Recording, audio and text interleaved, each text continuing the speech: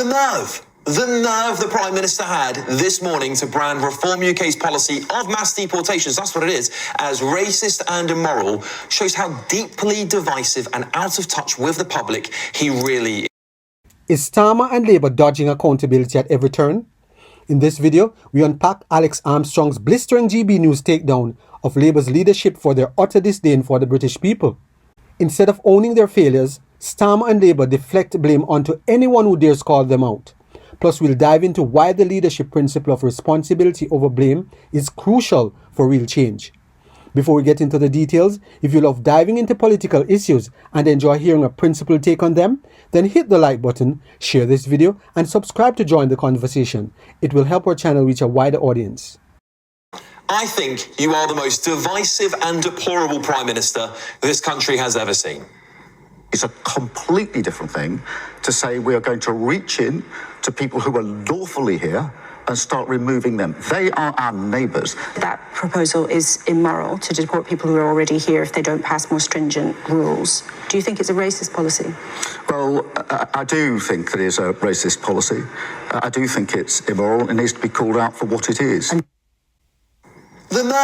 The nerve the Prime Minister had this morning to brand Reform UK's policy of mass deportations, that's what it is, as racist and immoral, shows how deeply divisive and out of touch with the public he really is.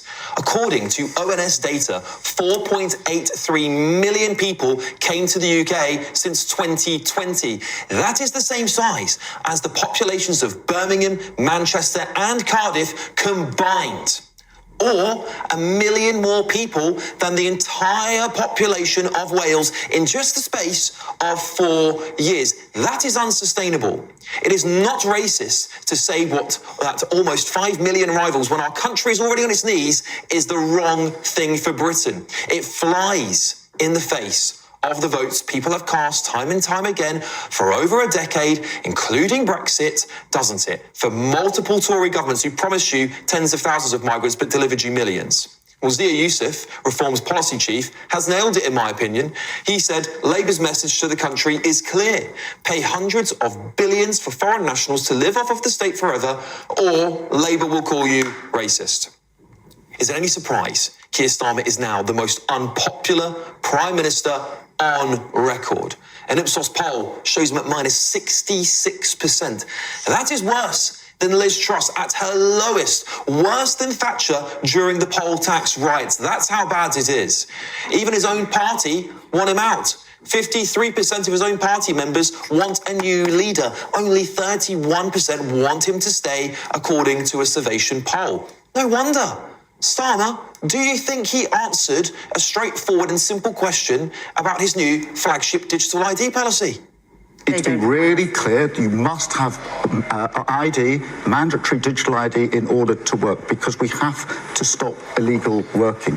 If you look at any of the raids, we've massively increased the number of raids on working premises. It is absolutely clear that people are working illegally in numbers. That was a classic deflection. The actual answer that you know at home already is that it won't stop illegal migrants working in the black economy at all. Don't they? I mean, it really won't. We already have national insurance and passports for this exact same problem, but they're working cash in hand, aren't they? Digital ID is not going to solve it. There's another walking, talking disaster for this government too. I want to pay credit to the populist far right. They are very good at comms. Right, and to agree that they get a head start because they are unburdened by having to tell the truth and having to be candid with people, and they are unburdened by the need to actually dive into the complexity to fashion real solutions that provide real answers and make real people's lives better.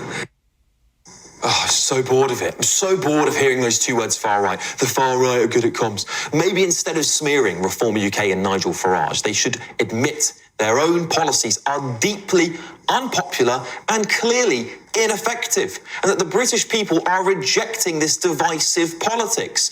Because let me state the obvious for everyone. The public are sick to death of being branded racist for wanting secure borders. They're sick to death of a government mired in scandals while spending their hard-earned money on ideological nonsense.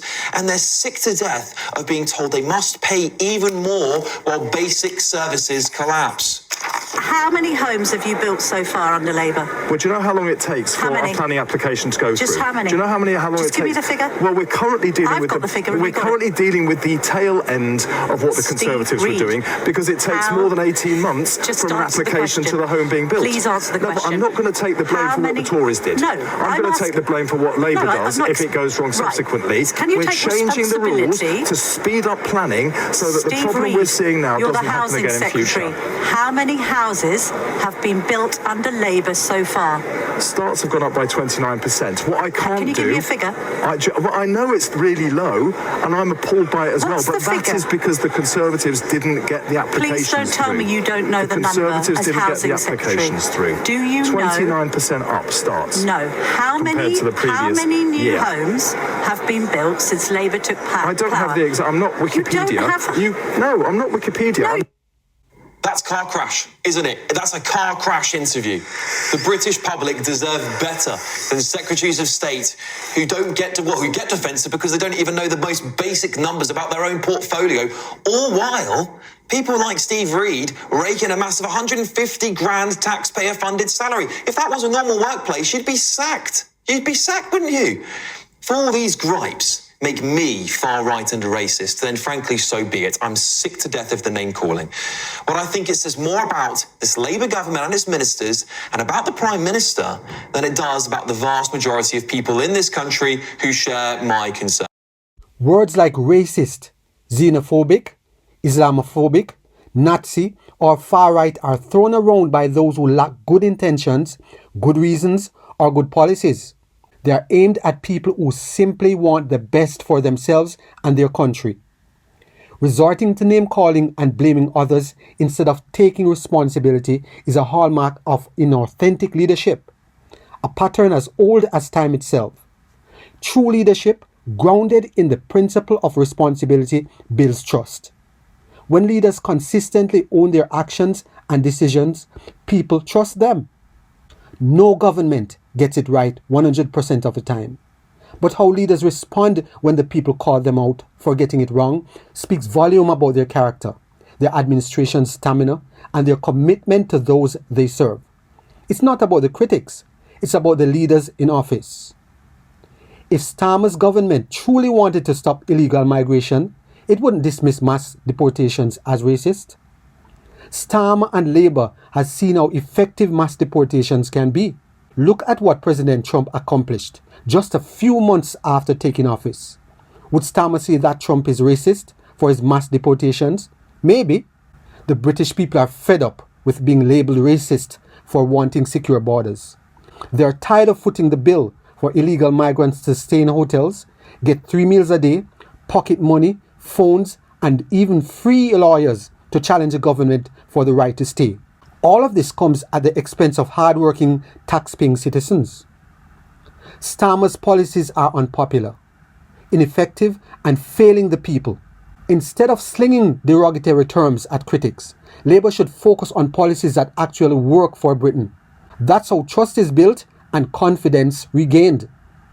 Taking responsibility for actions, prioritizing Britain, that's what will drive real improvements in the lives of the British people. Responsibility, not blame, is the path to real change. Responsibility, not blame, is the path to real change. Drop your thoughts in the comments. We want to hear what you think about Labour's approach. Be sure to also check out our other videos for more principled takes on political issues. If you have benefited in any way from this video, please subscribe, like, share, and be sure to leave us a comment.